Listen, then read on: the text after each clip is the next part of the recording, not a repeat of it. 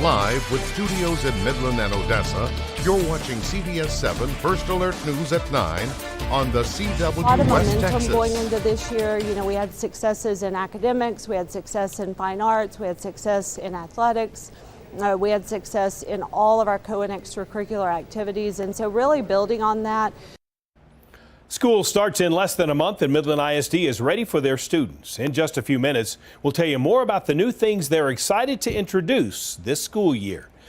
Good evening, and thanks for joining us here for CBS7 News at 9 on the CW, and thanks to those of you who are joining us live on our CBS7 YouTube page.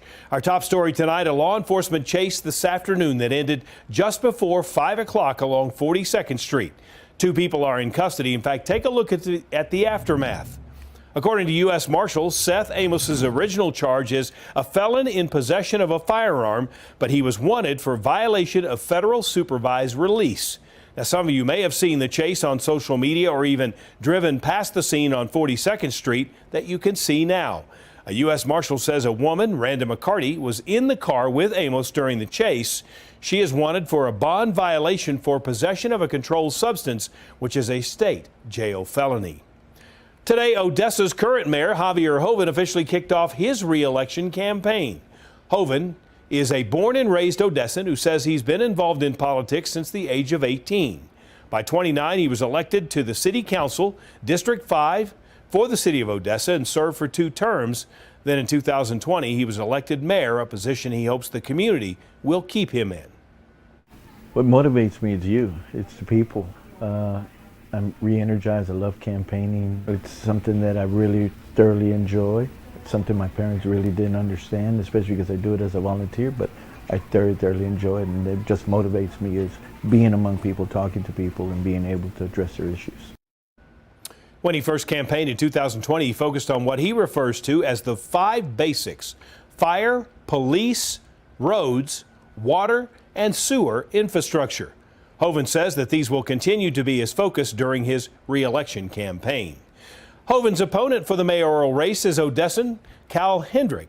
CBS 7's Isabella Garriga caught up with him last week, and if you're interested in learning more about his campaign promises, you can go to our website at cbs7.com. Staying with election news, in Midland, District 2 City Councilman John Norman announced his bid for re-election today. A statement released says in part, quote, "If re-elected, the councilman will focus on attracting new businesses to create job opportunities within District 2 and promote continued investments in infrastructure, housing, and community facilities to enhance the quality of life for all residents." Now to some other election news from across the nation. Day 2 of the Republican National Convention is kicking into high gear as we speak in Milwaukee. The theme of the night is crime and safety. Some big-name Trump allies who were once his political rivals are taking the stage tonight. CBS News correspondent Natalie Brand reports from the convention in Milwaukee, Wisconsin. On the second night of the Republican National Convention, former President Trump's one-time rivals are rallying around him as he prepares to carry the party's mantle into the November election. Former President Trump and his running mate, Ohio Senator J.D. Vance, returned to the convention floor Tuesday night, a day after receiving their party's nomination. Nikki Haley, who is Trump's longest-lasting challenger during the primary season, spoke Tuesday night. The former UN ambassador was added to the lineup following Saturday's assassination attempt. During the campaign, she had called Trump unfit for office. Tonight, she called for unity. I'm here tonight because we have a country to save. And a unified Republican Party is essential for saving her. Also set to take the podium, Florida Senator Marco Rubio, who opposed Trump in 2016, but is now a staunch ally and was even on his short list for VP. Florida delegate Rebecca Harari says for her, getting tougher on crime is a priority. Where would we be without a safe country? And obviously the way we are right now is exactly that answer. What would you like to see change? We need more police. We need to refund the police. Tuesday's program also focused on border security. The Republican Party platform adopted at the convention calls for what it describes as the largest deportation program in American history. Natalie Brand, CBS News, Milwaukee, Wisconsin. The Trump campaign announced former President Trump and Vance will hold their first rally together Saturday evening in the battleground state of Michigan. It will be the former president's first rally since last Saturday's shooting in Pennsylvania that shocked the nation. Across the aisle, some key allies of President Joe Biden are reportedly moving quickly to confirm him as the party's presidential nominee. That is according to 3 Democratic officials familiar with the discussions on the issue. Those sources indicate the effort could begin as early as next week, following meetings of 2 key Democratic committees. And it would come about a month before the Democratic National Convention in mid-August. The reported move comes as Democrats are divided on whether Biden should run again in the wake of his poorly received debate performance. The 4,000-plus delegates could begin casting their ballots as early as Sunday. That would be followed by a virtual roll call. We'll take a pause now and talk your weather forecast. It was a warm one today. Any chance for some cooler temperatures? How about some rain? Let's check in right now with Chief Meteorologist Tom Teefer-Teller. Tom? Well, we are looking at, again, some warm conditions out there. Temperatures are rather hot today is what I'm trying to say, as we did see mostly thunder shower activity across portions of the Big Bend area and back across portions of western Jeff Davis County. Sunset, so all that is winding down. Now temperatures out there across the area today were hot into the upper 90s, the low triple digits. The hot spots, Big Spring, Wink, 102, 103 in Pecos this afternoon. So rather hot out there. We've cooled off some here in the evening hours with temperatures into the lower to mid 90s out there still. So rather warm across the area. And the hourly temperatures for the rest of tonight, more of the same, as we'll see temperatures only settling into the mid 70s. Tomorrow, another hot one, but then changes with a cold front. We'll talk more about that here in our rain chances coming up in just a few minutes. 49-year-old Jose Molina of Odessa has been sentenced to 30 years in prison after being found guilty by a Midland County jury of driving while intoxicated with a blood alcohol content 1.5 times the legal limit. On June 19th of 2022, according to court documents, Molina left his car on train tracks next to I-20 after a night of drinking. His car was then hit by a train and he ran from the scene and gave conflicting stories to Odessa police who responded to the crash. This is Molina's 5th DWI and 5th felony conviction, qualifying him as a habitual offender. Odessa leaders announcing today they are taking action to fix the water infrastructure. That's according to the city of Odessa. A 2-part plan was introduced at last week's city council workshop, but then released today. Part 1 of the plan is to strategically replace 171 valves, and the second part will be the replacement of 17,000 feet of lines. The cost of both phases is just under $25 million. The city says those funds will come from the revenue sales of wastewater and unused bond funds for water and sewer projects. In some news across Texas, Senators Ted Cruz and John Cornyn have introduced a new framework to ensure Mexico meets the 1944 Water Treaty. According to the treaty, Mexico and the U.S. have to share water from the Colorado and Rio Grande rivers. However, the senators say Mexico has been ignoring this treaty and waits until the end of a 5-year cycle to deliver the water they owe. The new amendment has been introduced, requires the Secretary of State to annually report to Congress whether Mexico has delivered the water or not. Now, if the report is not submitted or if the Department of State finds that Mexico has not followed the treaty, the president would then have to impose the following measures: prohibiting U.S. aid to Mexico's private sector, prohibiting U.S. trade and development agency funds for grantees in Mexico, and capping foreign assistance to Mexico at 85% of appropriated levels. In more environmental news, on Friday, the U.S. District Court for the District of Columbia signed a final consent decree that has the EPA taking action to approve or deny haze pollution plans from Texas and 31 other states. Haze pollution comes mostly from coal power plant emissions, and it diminishes visibility as well as air quality, including many public lands like Big Bend and the Guadalupe Mountains right here in West Texas. This comes after more than a decade of lawmakers and activists urging the Texas Commission on Environmental Quality and the EPA to protect clean air in and around public lands. Now to some travel news. June 2024, the busiest month ever at Midland International Air and Spaceport. More than 70,000 of you flew out of MAF last month. That's according to the city, a 14% higher rate than last June, which saw 61,000 passengers. The city says this is also the first time that Midland has gone over the 70,000 passenger mark, and it's likely MAF also breaks its record for passengers in a year. Southwest also remains the most used airline in Midland, flying over 33,000 passengers in June. In just 24 days, students of MISD will be returning back to the classroom for the 2024-2025 school year. Tonight, we take a look at what that year could look like. Safety is a top priority for Midland School District because they will be rolling out a new way for classrooms to receive assistance in case of an emergency. We're entering year 2 of the strategic plan. Today at Leadership Summit, our leaders are learning about our new crisis alert system, Centegix, and so we're excited to roll that out this year. Centegix will get assistance to classrooms much quicker in times of emergency, but that's not the only new thing entering the classrooms. MISD is going to pick certain classrooms across the district to test the new classroom designs for their two new high schools. As we think about what those classrooms are like, what the technology setup is like, what the furniture setup is like, we're going to pick some classrooms where we can use that for 6 months, a year, and make sure that that's what we want, across those high schools. If you still need to register your students for this coming school year, registration is still open for new students as well as pre-existing students. Tomorrow night, we will hear from Ector County ISD Superintendent Dr. Scott Murray to learn about the exciting things coming their way for ECISD students.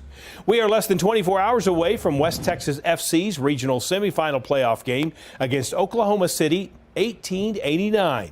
Kickoff will be at 7:30 at Astound Broadband Stadium in Midland. West Texas coming in hot after their victory on Saturday over the Denton Diablos. Head coach David Ormiston is keeping tabs on Oklahoma City and says he is familiar with their personnel. Yeah, we've looked into Oklahoma. I mean, they're a really big club that have been around for a while now. And, they're the champions for a reason. They've got really good players. I've coached a few of their players before that they've had there. So I know they're going to bring a lot of quality down here. But we're ready. We're confident in the team, and we think we can beat anyone. The team is asking for West Texas support at their game, but if you can't make it, don't worry. CBS7 Jensen Young will be at the game. He'll share the highlights tomorrow night.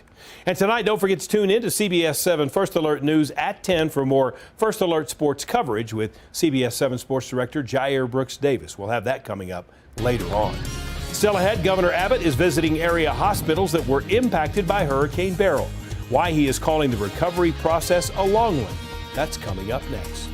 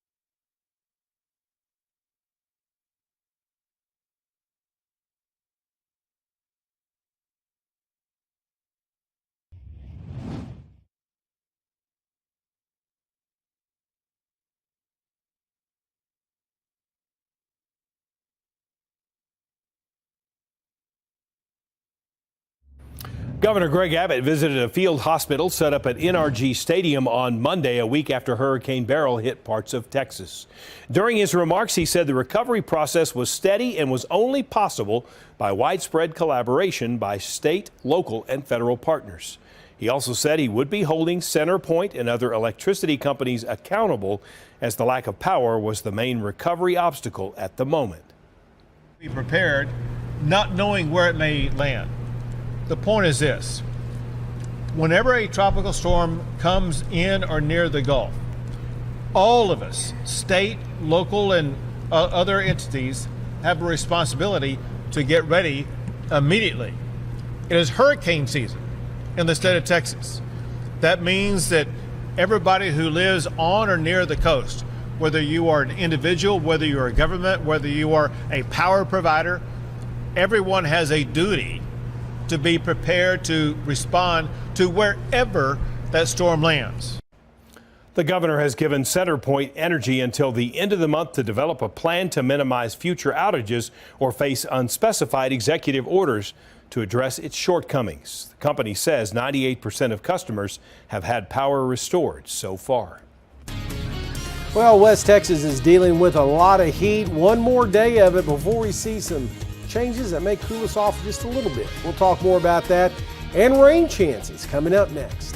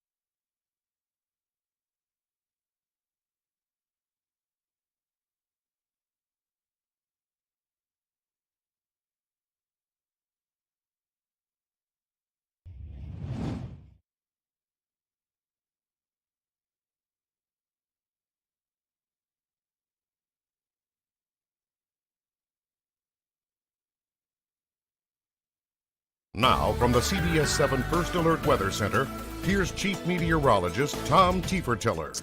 Well, the satellite and radar view shows mostly showers, thunder showers we had across the Big Bend area, western portions of the Davis Mountains.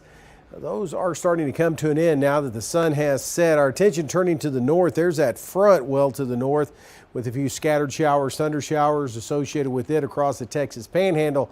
Nothing doing here in West Texas, just a lot of heat still at the 9 o'clock hour with temperatures into the mid to upper 90s in a few spots. Still a little cooler down around Panther Junction where we had those showers, 85 degrees. 88 at Rio Grande Village, so hopefully we'll get in on some of that here next few days across the Permian Basin. High pressure still in charge of the weather across portions of West Texas into New Mexico where that's centered up. This area high pressure is going to move off to the west to northwest a little bit, and then it's going to develop a little bit further off to the east. So we're going to be left with more of a southeasterly flow at ground level. In the upper levels, we're going to have a northwesterly flow that's going to bring in occasional cool front, and that's going to set the stage for milder temperatures and a few rain showers and thunder showers. You can see that front getting a little active with some scattered showers and thunderstorms across portions of the Texas Panhandle. Looks like all that's going to slide off to the east-southeast, so stay out of our forecast for the time being. It was hot today across the state. The hottest stuff up here in Amarillo, 105 degrees, triple digits in Lubbock, Presidio, El Paso, Del Rio, and all the way up to 101 in the Dallas-Fort Worth area. Now that futurecast is showing for tomorrow, high pressure hangs on, maybe a couple of more clouds out there. Should really be about it for your Wednesday. Not expecting any showers, thunder showers till maybe into the evening hours, but really watching that front start to come down and kick off some more scattered showers and thunder showers towards the morning hours coming up on Thursday.